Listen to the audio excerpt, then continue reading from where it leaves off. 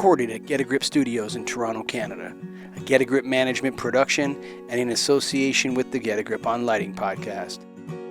Financially supported by the good folks at the National Association of Innovative Lighting Distributors, this is Restoring Darkness podcast. This episode of Restoring Darkness is brought to you by Evluma. If you're serious about contributing to the reduction of light pollution, go to evluma.com, hover over products, and click on Dark Sky Friendly Lighting. Both the OmniMax and AreaMax lights are International Dark Sky Association certified. The warmer color temperatures of the OmniMax reduce the more easily scattered blue wavelengths, which contribute to glare and sky glow. With AreaMax lights, you get full cutoff, which also means no uplight and a significantly reduced contribution to sky glow. And all of Evluma's outdoor lighting product lines come with dimmable drivers for even more control. If your customer is looking for dark sky-friendly fixtures with energy savings while still meeting the demands of decorative lighting, look no further than Evluma. Evluma, illuminating the pursuit of dark skies. Welcome back, darkness lovers, to the Restoring Darkness podcast. On today's show, I have Kathryn Toth of the International Landscape Lighting Institute, the ILLI, ILLEDU.org. It is a nonprofit educational organization that informs, educates, and promotes the art and technology of landscape lighting, allowing people to safely and securely navigate in the dark while providing a beautiful nighttime environment. They host the intensive course, which is a 5-day, 5-evening hands-on class created in the 1990s by internationally acclaimed lighting designer Janet Lennox Moyer. Hopefully I pronounced that right. It is instructed by a dedicated team of experienced lighting designers, installers, electricians, and pruning experts. Our mentors. Their mentors. Our high mentor, 16 plus attendee to 27 maximum ratio, 16 mentors to 27 attendee ratio was created to maximize the learning experience. The high ratio encourages attendees to be able to collaborate on the designs, look at different design perspectives, experiment with different fixtures and techniques, and interact with other attendees and the mentors to form a cohesive lighting design. Additional information is available at ILLIDU.org, and I'm very pleased to be joined right now by Kathryn Toth, a board member of ILLI. Kathryn, welcome to the Restoring Darkness podcast. Thank you for having me, Michael. So, there's often this dilemma in landscape lighting where a lot of uplight, right? There's light on trees and this sort of stuff. And and a lot of people have said, what do you want, lights to go off? And no, how do we reconcile our desire to create beauty in the nighttime environment using light and, the priority to restore darkness and preserve nighttime environments? It's a great question. It is delicate, but I would always recommend that you are using controls. And this is the thing. We know that it helps so many different people and wildlife and the environment to remove the light whenever it's not in use. And most of the time, humans don't even realize or feel the lack of the lighting if they're not outside enjoying the environment anyway. So an example of this is to turn the lights off by 10 or 11 p.m. And in special circumstances, if you have a very large property and you walk the dogs or something in the morning and you want the lights to turn on before it's sunrise, that makes sense. But let's limit it to certain hours so that we're not using the lights unnecessarily. It makes a lot of sense for lots of different reasons. It saves energy. It only puts the lights on whenever you need them. And what we're talking about is potentially turning the lights off at 10 p.m. and then they're off. They've only been on from about half an hour before sunset to 11 p.m. or 10 p.m. Mm, if you can. sure. If you're going to bed early enough, then why bother Mm, having them on for an extra hour? And then maybe if you have a home control system or the ability to override that, if you have a special event or you're having a party on 4th of July or something like that, and you sure. wanted to do something special, then maybe override it just for those special occasions, but not something all the time. We don't want them to stay on past 11 every night. In fact, 10 is my preferred time for the things to turn off. That's the way I like to approach that with my clients. And I have a client that I've been working with for years. She's fabulous. She understands. So she's right in the middle of Los Angeles. So of course the street lights are the glary problem and the light pollution that she wants to avoid, and really are creating a lot of this what we're kind of concerned with. But ultimately she knows that she doesn't want her landscape lighting contributing to the problem if she can avoid it. And so we turn her lights off at 10 p.m. and they turn on in the morning because they do walk the dogs. So they turn on around 5:30 in the morning because they get up pretty early. Well, she called me up a couple weeks ago and she said, "Oh my goodness, my lights are on all night long." And I said, Mm, "Oh dear, let's fix this." So I called the programmer, and they do have a control system. So I called the lighting system control programmer and I said, "Hey, check the system. Is everything turning off at 10 and turning back on at 5:30?" And he said, "Yeah, everything's operating right. I'll double check it." And he's like, "Yep, everything looks good." And I called my client back and I said, "Hey, what time have you been going to bed?"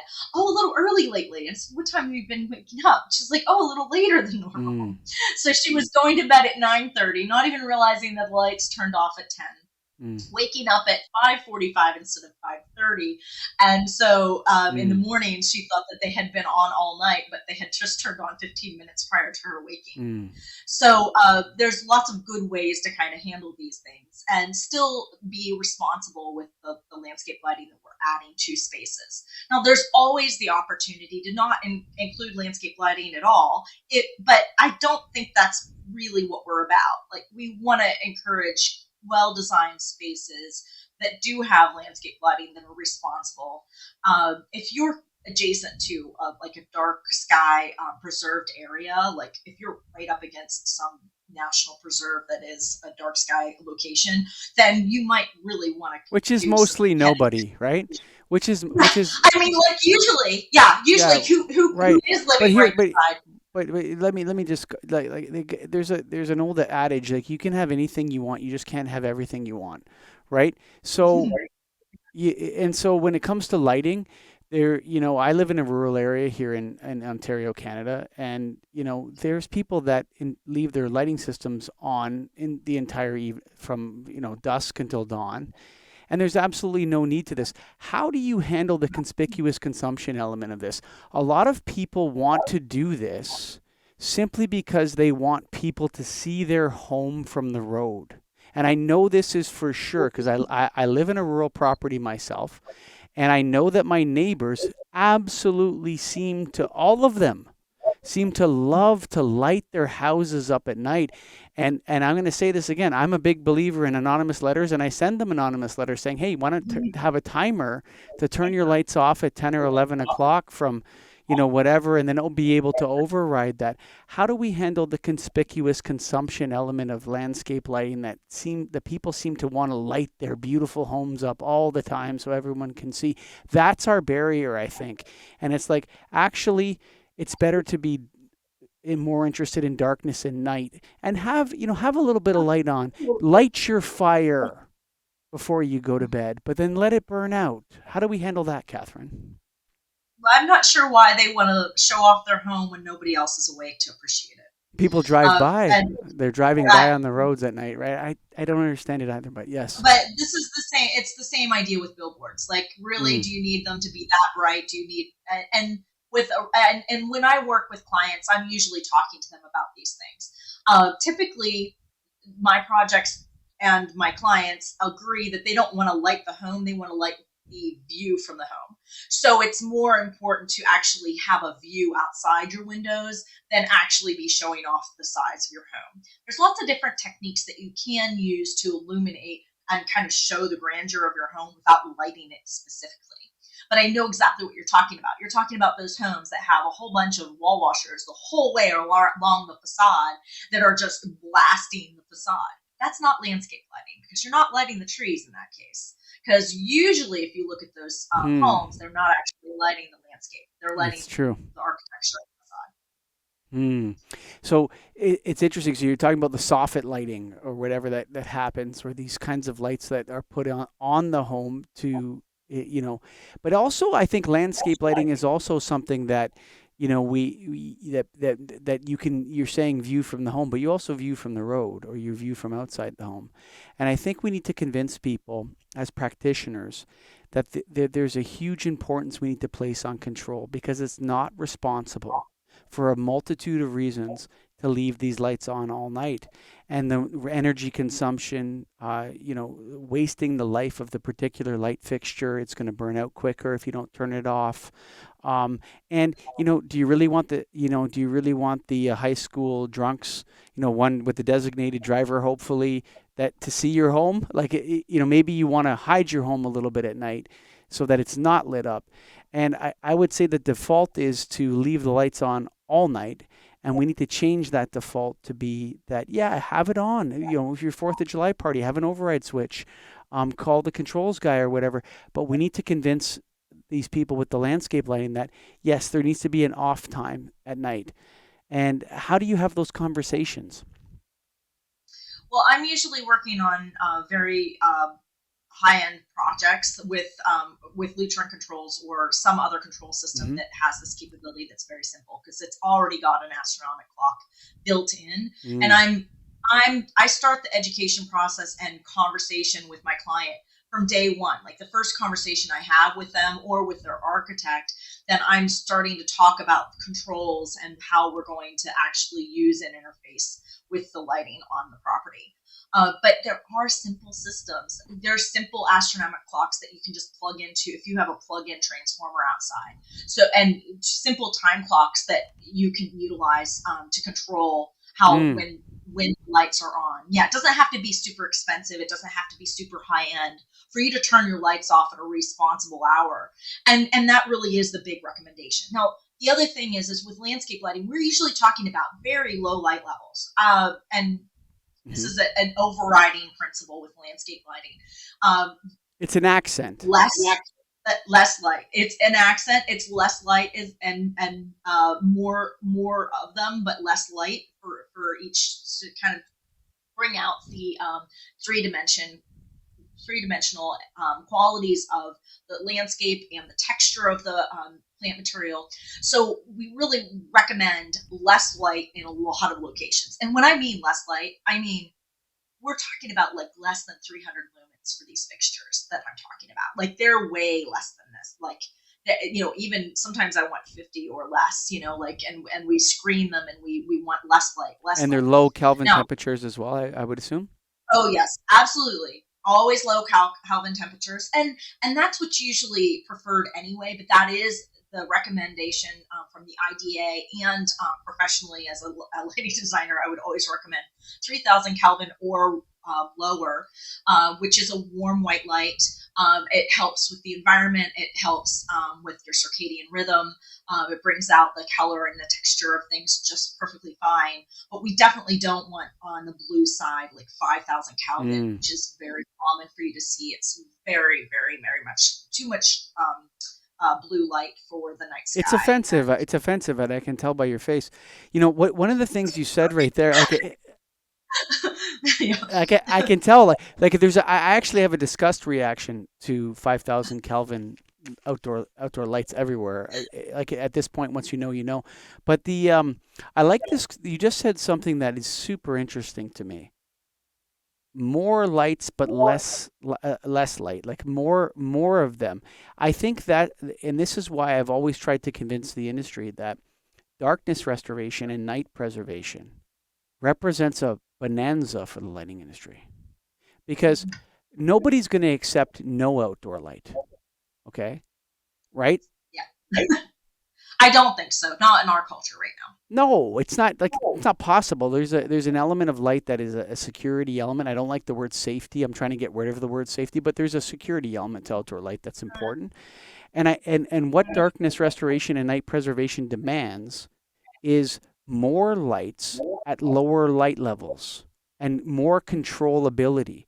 What could be more valuable to the lighting industry, Kathryn, than having more lights at lower light levels but with more controllability? That sounds like an amazing recipe for lighting designers and distributors and contractors and all the people, manufacturers in the industry, to start to sell a lot more lights. Um, Well, yeah, but only if they're designing it well. mm, If you're just blasting the daylights out of something, then that's not good design.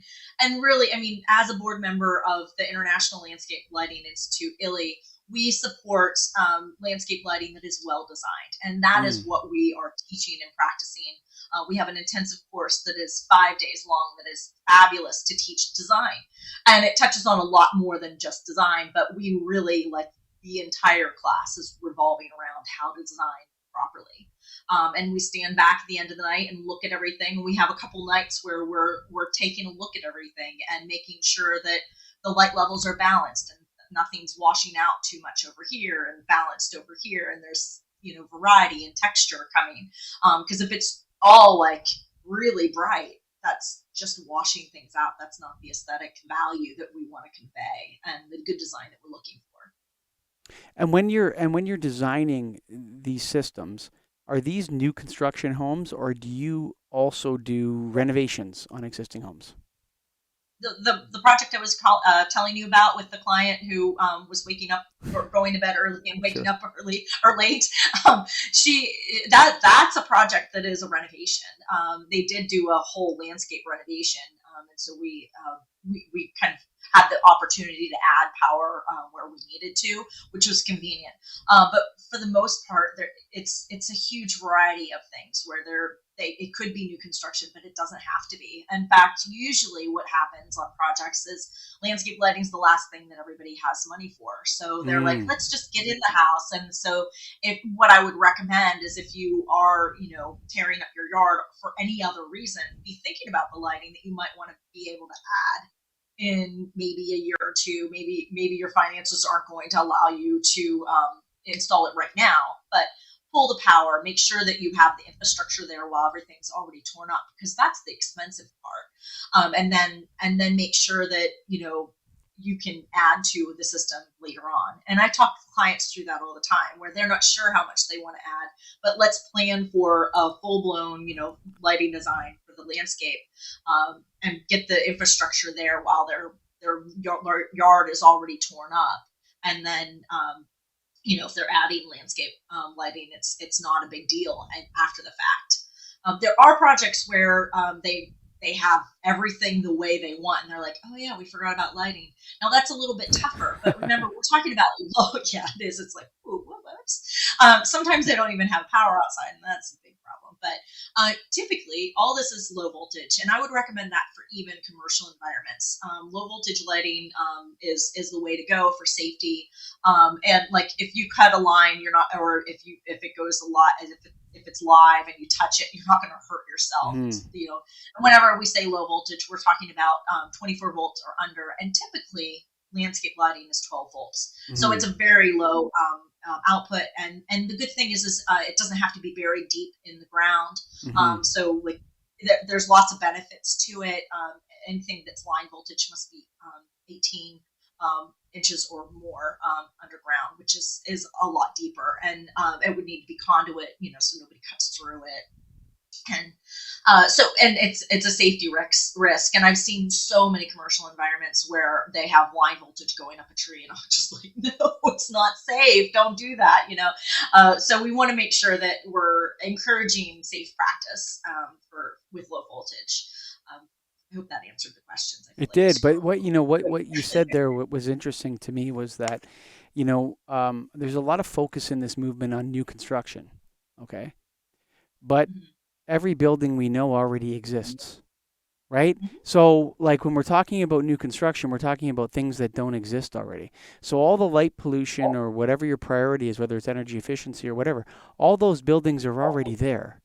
And I would say that as a lighting distributor, you're a designer, but as a lighting distributor, someone who sells lights over the counter, on the phone, on the internet, this kind of stuff, um, Mhm. most of our buildings are already there, and most of our lights that we're selling are going to buildings that already exist. And so this idea that that it's already built, there's nothing we can do about it. Let's focus on new construction is something that is focused on not solving the problem, right? The problem is the existing buildings. And so what I'm interested in for you is the talk track. How do you, again, I'm going to ask you again, not again, but kind of in a different way. How do you talk to clients about controls? When controls are an adder, right? And look, Leviton makes this and there you go to leviton.com or whatever. I'm going to send you the invoice, Leviton. But they make this little light switch that you can program based on your latitude and longitude, which you can set Mhm. for, sunset for 2 hours, Mhm. 2 hours before sunrise, or whatever it is that you want. And it's Mhm. cheap and cheerful, and you can put those in all day, and you don't have to have an app on your phone. How do you get over the fussiness and the about controls, or the idea that people should be able to turn their lights off? How do you sell that? Is really what I would like to know. I think it's just an education. And if you're having a conversation with the client, you should be like, well, I really want to help you with this design. I want it to look good, but I also want it to be responsible. And that's usually how I say it to my clients. Let's be responsible about this. We might be in an area where we really want to be self conscious about any uplight that we're adding to the space, and let's make sure that we're turning those off appropriately. Now, if they're using downlights for security or like walkways in a kind of a commercial environment, that's a little different. Downlights from the trees can be utilized that way.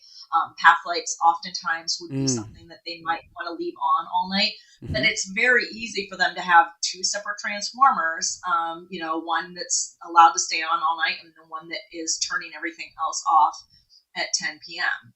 And I love that you already know that there's something affordable on the market that can take care of this problem. If it's Yes. affordable and they're already splurging on landscape lighting, and let's just face it, this is all Sure. a splurge. It's a splurge. You know, it's a splurge. Then add the But like, extra. but you know what? But You I don't. I'm not anti this sort of stuff. Let's splurge a little bit. Like, like people splurged and they built Chartres Cathedral in France. Like there's beautiful things that we can make and build. With our technology and our artistic minds that we can deploy. But at the end of the day, we want people to know that with a step light or something like that, that's not causing light pollution. Okay, there's other things that are far more effective ways to reduce light pollution than worrying about somebody's step lights or something like that. So I would agree with you on that there's certain things that we can do that are, people can have that on all the time. We don't need regulations. We don't need the light police to come around and tell everyone to turn off their lights. But at the same time, we also don't need complicated and fussy and these types of apps on our phone lighting control systems that I think are problem causing and wreck things down the road, or like or like embedding a what do they call that? There's a name for that, planned obsolescence, into it, where Yes. that system is no longer supported on BlackBerry or whatever or Yeah, it's Apple. like, You know what I mean? oh, sorry, you've got Yeah. what you got now. Yes. Yes. Just a bad Exactly. moment. Yeah. So are you in favor of some of these lower cost control options in your designs that just give people an off and an on when it's appropriate? Well, yes and no. I off and on is the very simplest, and as long as it's turned off by 10 or 11 p.m., I'm Mm. okay with that. But I do recommend dimming, and that's because I've had so many problems with lights being too bright. And okay, here's a great example. I have a path light. It's 3 watts. It's downlight only. It's a path light. It's minimalistic. It's gorgeous. It disappears during the day, and at night I'm like, I need like a third of the light. Mm. if even If that, that. you know. Yes. Yeah, and it's 3 watts. It's Mm. like it's Sure. not a lot of light. It's a lot less lumens than I thought it was. Whenever I looked at the lumen output, I was kind of shocked. But in person, you need less light than you really think you do, Oh, for sure. and so that's where I would say dimming really does come into play. That if you can. Now, if you've got an existing space, dimming's really complicated and it can really hinder you. But at the very least, have a couple different transformers with the astronomical little plug-in clocks there to turn everything off appropriately, and you should be fine. It's part of the design. And this is the thing: if you're selling landscape lighting, be responsible about it and make sure that you have controls integrated and in your budget as a baseline. It can't be something that's an adder or something that gets skipped to value engineer the project. It's something that is it's required to function. Instead of it being an adder, think of it as a requirement to function. Yeah, that's a good way to put it. It's not. Yeah, this is. Yeah. Unfortunately, um, the people that subtract it often win. You know, and I'm not one of these. I don't come from the position that I know everything, and other people that don't decide to use my solution are better, worse designers than me, or whatever. That they're not as good at lighting as me.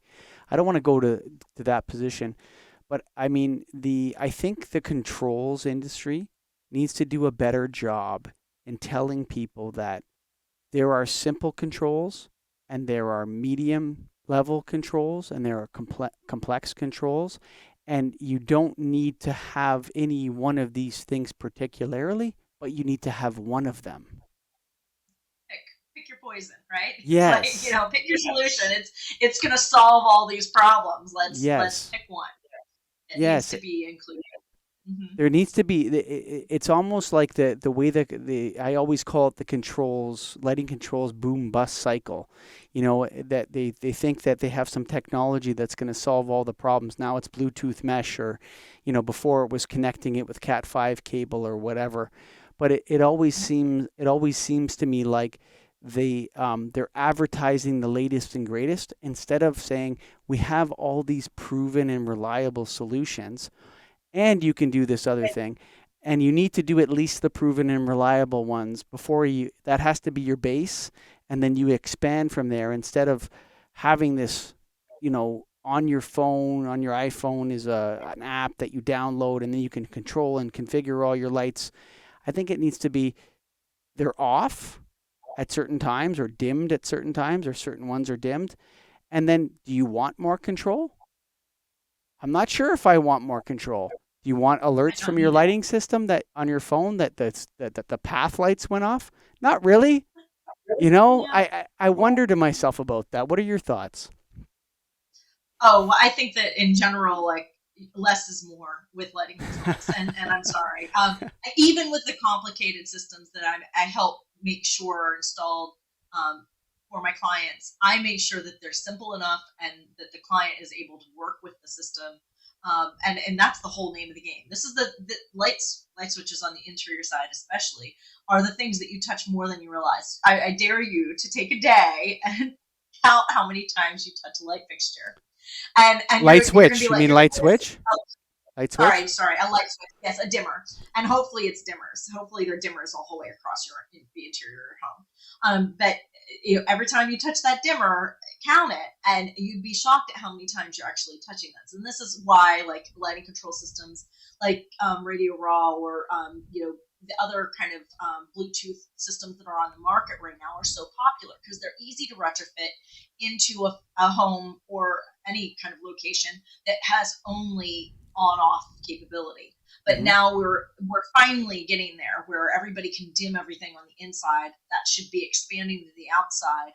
And every time you have a system that is less than the million and one times you touch your dimmer every day, it's better for everybody because it's a simpler system. I like to set up systems where nobody has to touch them. So, like for a hotel or a restaurant, the system is set to a 24-hour period. It's based on the an astronomical clock, so it knows when sunrise and sunset is. It's automatically going to change from the different scenes.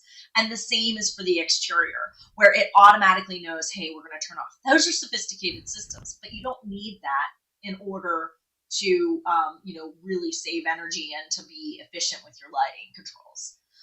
These Bluetooth and Zigbee wireless systems that are available on the market can be a really great solution. But I think less is more, where if you can pre-program that to a 24-hour scene and not have to worry about your lights, you know that the light just inside of your front door is going to be on, or the sconce outside your home is going to be on right before you come home. So it's not going to be something that has to be on whenever you're not using it. Hmm. That's the idea.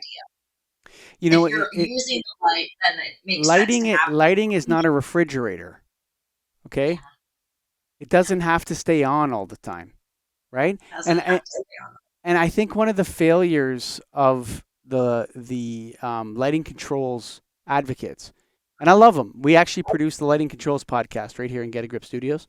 So we produce their show and we promote it and but I think one of the failures of their mindset, and you correct me if I'm wrong, because you're dealing with homeowners, homeowners are always the canary in the coal mine. They're going to tell you what people are actually going to use. Actually, you know, Mm. they're going to show you. So I don't believe that people actually want too much accessibility to their lighting. I don't think they actually want an app.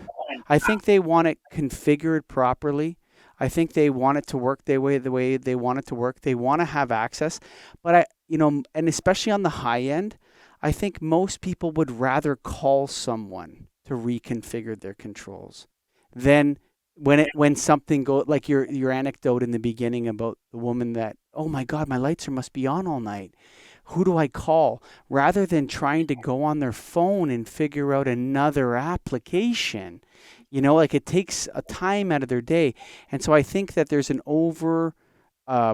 what's the right word? An overemphasis on giving people control over multiple configurations when what they really want is, when I'm not there, I'm okay with the lights off. It's not a refrigerator. And when I'm there, I want the lights on. And if we could just give them that, and then when I go to bed, the lights go off. If we could just give them that simplicity without having them to have to configure it themselves or give them some sort of responsibility over it, I think we're going to have more uptake. What is your thoughts on that, Kathryn?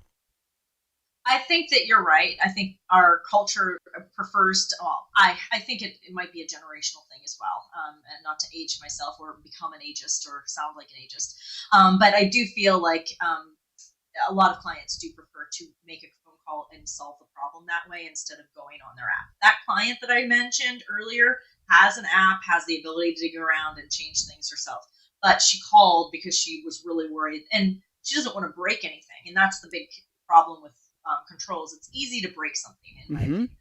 Yeah. So the less fuss, the better, which is good. I do not believe that everyone wants to be as accessible and online, but there are some people that really do love to have everything. If they're traveling internationally, they'd like to know what's happening in their homes.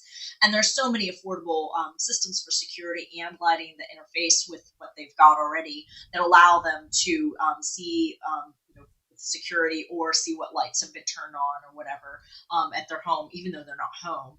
That helps them feel like they know what's going on, even if they're Mm-hmm. far away. Now, this is a thing with. But I would argue that person that's like that is the exception rather than the rule. These are friends that I have worked with for many years, and they do travel a lot. So, but there are a lot of clients that people, and is at least in our culture, we travel. Like Sure. it is one of the things that we do, and so there is something to be said to have the house look like your home but not be home. So that, and I know that Lutron sells that. They basically on some of their systems have a variety. They basically study how you use the lights and when they're turned on and off, and they'll like automatically program, a vacation mode. And the vacation mode means you're not home, but there's a little variety. It's not like clockwork when everything is turning on, but it kind of looks like people are still home, so that it deters from theft.